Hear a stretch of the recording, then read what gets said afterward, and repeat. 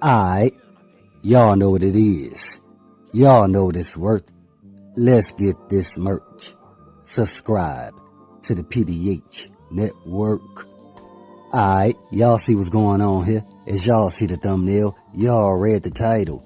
Under the thumbnail, yeah man, this one today is dealing with your guys, or should I say the PRE ops, who happen to be Yo Gotti and his brother Big Jook.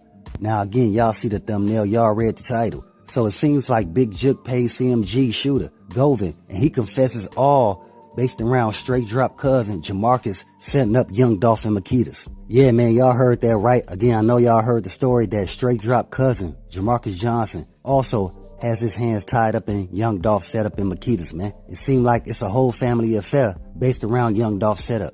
Now, the story is out all over social media pertaining to the guys who orchestrated the whole Young Dolph setup, allegedly. Word is Govan was the guy to bring all the young, low-level street cats who all trying to earn some stripes a way to receive a major payout if they assist him in scoping out and setting up Paper Route Frank and Makedas. See, those low-level street cats will be Cornelius Smith, the cousin of black youngster artist Lil Migo, Str8 Dropp aka Justin Johnson, and his cousin JaMarcus Johnson, who them people just scooped up the other day in association to the whole Young Dolph setup. Again, man, like I stated, it was a whole family affair based around setting up Young Dolph, man. You got Lil Migo, his cousin Cornelius Smith, and you also have Yo Gotti and his brother Big Jook. And Str8 Dropp, his cousin JaMarcus Johnson. You understand? But before we get into it, as always, let's first pay our respects and say rest in peace to Young Dolph. Condolences to his family. And much love to all my folks in Dolph land. T Glock, Kenny Money, Paper Route Brick Wolf Pack. Y'all keep on doing y'all thing out there, man. J Fizzle, Big Moochie Grape, Paper Route Woo, and the young folks, Snoop Benz. Hey, man. Now, much respect to y'all guys for keeping that Paper Route name going, man. I know right now, Young Dolph is elated that he taught y'all the game, man. And he wasn't out here trying to have y'all mess up your own life. You understand? Like Yo Gotti brother Big Jook and his homeboy Govan. Again, those are two older cats, and they got a bunch of young cats involved in the whole Young Dolph setup, man. That should let y'all know right there that Young Dolph, he was different than those guys, man. Now check this out. Now some other cats who was also associated to the Young Dolph setup. Don't forget about Shondell Barnett, who was arrested with Str8 Dropp. We've also had Devin Burns and Ingram, whose jobs were to actually get rid of the right bins, but it didn't go as planned. Now check this out, man. Now, let's say Govan was the one to bring these guys to the table to orchestrate the whole play. Who gave him the bag to make these moves? Because it costs money to go after someone with money. And that's real talk, man. Now, the question is, was Govan moving in the streets like that in order to place a half-ticket play on Young Dolph? If so, what's his motive? To want to go to the extent of setting up Young Dolph. The bigger question is, was it a play passed down to Govan to handle for Yo Gotti brother Big Jook, who we know shared a dislike for Young Dolph? I mean, y'all dislike the man to the degree of getting 5 young cats to carry out y'all criminal activity. Come on, man. Y'all could have did something way more productive with those cats, and that's real. But I'm going to get to that in a minute. Now, again, this whole situation is bogus, and I'm going to explain why. Yes, it's based on Paper Route Frank, Young Dolph, who was always willing to aid and assist, especially if you see your work ethic. You know what I'm saying? So that's the reason why it's a bunch of young cats that's in Memphis that looked up to Young Dolph, because he was giving them an opportunity to make money legitimately. You know what I'm saying? Legally, without getting their family involved in a whole bunch of mess like this whole Yo Gotti brother Big Jook is doing with his longtime friend Govan, out here recruiting young cats, again, to carry out their criminal activity. But isn't that the irony here? That Young Dolph molded young cats to becoming millionaires, while Yo Gotti and his brother Big Jook, they doing the complete opposite, man. Instead of ignoring Young Dolph and minding their own business. See, when you recruited these young cats, instead of doing something bogus, you could have done something beneficial for the city of Memphis. So that's the reason why it's a lot of folks in Dolph land that's in other states who had love for Young Dolph, who right now, they have no respect for Yo Gotti brother Big Jook, man.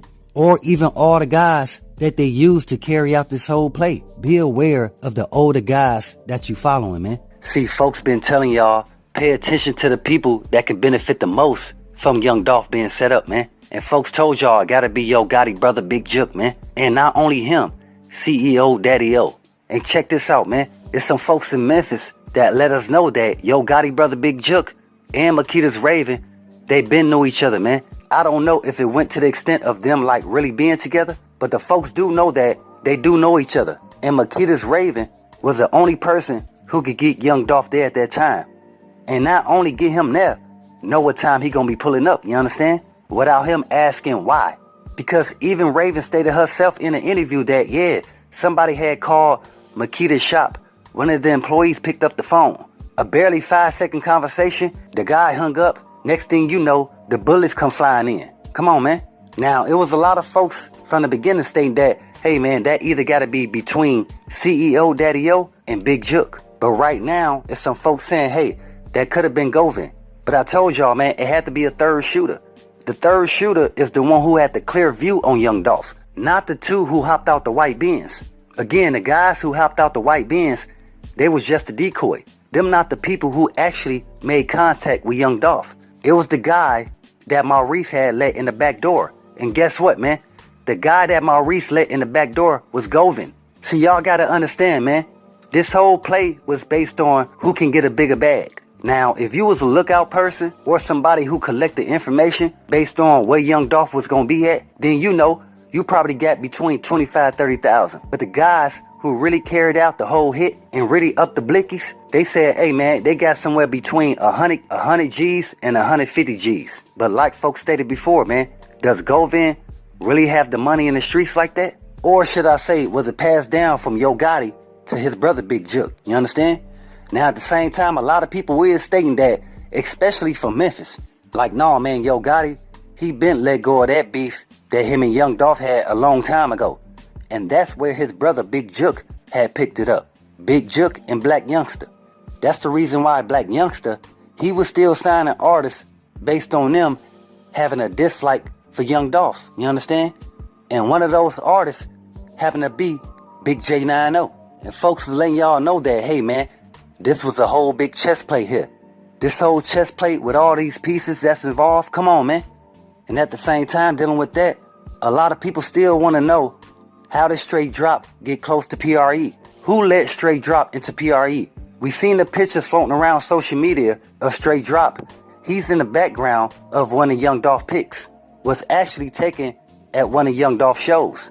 So the question goes, who let Str8 Dropp into PRE? And folks was right. It had to be CEO Daddy O. Well, nobody would question that Str8 Dropp was actually there as a mode to see how Young Dolph was moving. Now that right there, that's bogus, man. Again, man, all these cats that they was recruiting to set up Young Dolph, they had to be between the ages of 22 and 25 years old, man. Now we all know, in order for them to carry this out, they was given a bunch of promises of getting a bag to shine and take care of their family. But at the same time, at what expense? At what cost? And right now we seeing the cost is their lives. Because they not out there spinning the bag. Because they not out there with the bag. They behind those bars, man. And at the same time, there's a lot of people in Memphis that's happy that Young Dolph family and his associates and his fans is getting justice, man. And that's real talk. See, this whole story, this whole video is based on the older guys are guiding the youth to mess their life up, man. And that's a sad situation. That's all I hear when I see Govan and Big Jook. Y'all not really respected from y'all peers. So you gather some youngsters who only listening to y'all to get closer to Yo Gotti, to earn some type of respect from Yo Gotti when he don't care about those guys, man. The whole play, again, the whole chess play was based around removing a competition whom is Young Dolph. Again, that was by any means necessary. So you manipulate them into believing if they carry out this one act that Yo Gotti will look out for them. Now, these young dudes' lives are all messed up. Hey, to all you young guys out there, if y'all listening, be aware of those you follow, man. Because these older cats will purposely steer you in the wrong direction for their own benefit. You feel me? And again, that's what we seeing based around Big Jook. Hey, I told y'all from the beginning, I knew Big Jook hands was tied up in this. Hey, but we got more in store. But as always, y'all know what it is. Y'all know this worth. Let's get this merch. Subscribe to the PDH Network.